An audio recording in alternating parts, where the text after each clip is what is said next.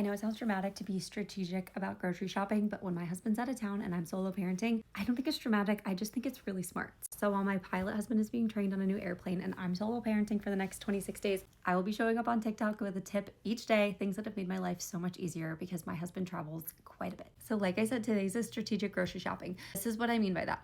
We're not just willy-nilly going to the grocery store and grabbing random things. We're going to be smart about what we buy to make our lives easier. Number one thing is avoiding foods that have a huge cleanup. So for us, that means no rice. It is not going to be found on our grocery list while my husband's out of town because every time we have rice, my 2-year-old throws it on the ground and I'm just not going to be sweeping up sticky rice off the ground once my kids have gone to bed. It's just not happening. I'm sure you can think of some foods that your kids make a huge mess with, so strike those from the grocery list if you're solo parenting. Number two, this is just a temporary solution. We're not going to do this all the time. Add a bunch of things to your grocery list like Greek yogurt and cheese sticks and fruit cups, stuff that your kids can just grab for themselves and make their own breakfast. Okay, and my last thing, this one seems very obvious, but just make sure you're grabbing a bunch of frozen vegetables. And I mean the kind where you steam in the bag and then you just put a little butter and salt in there and then their veggie is taken care of. This one just makes things so much easier. As you're planning out your grocery list, think about all of these things and just try to make your life easier where you can. And come back tomorrow for tip number 4.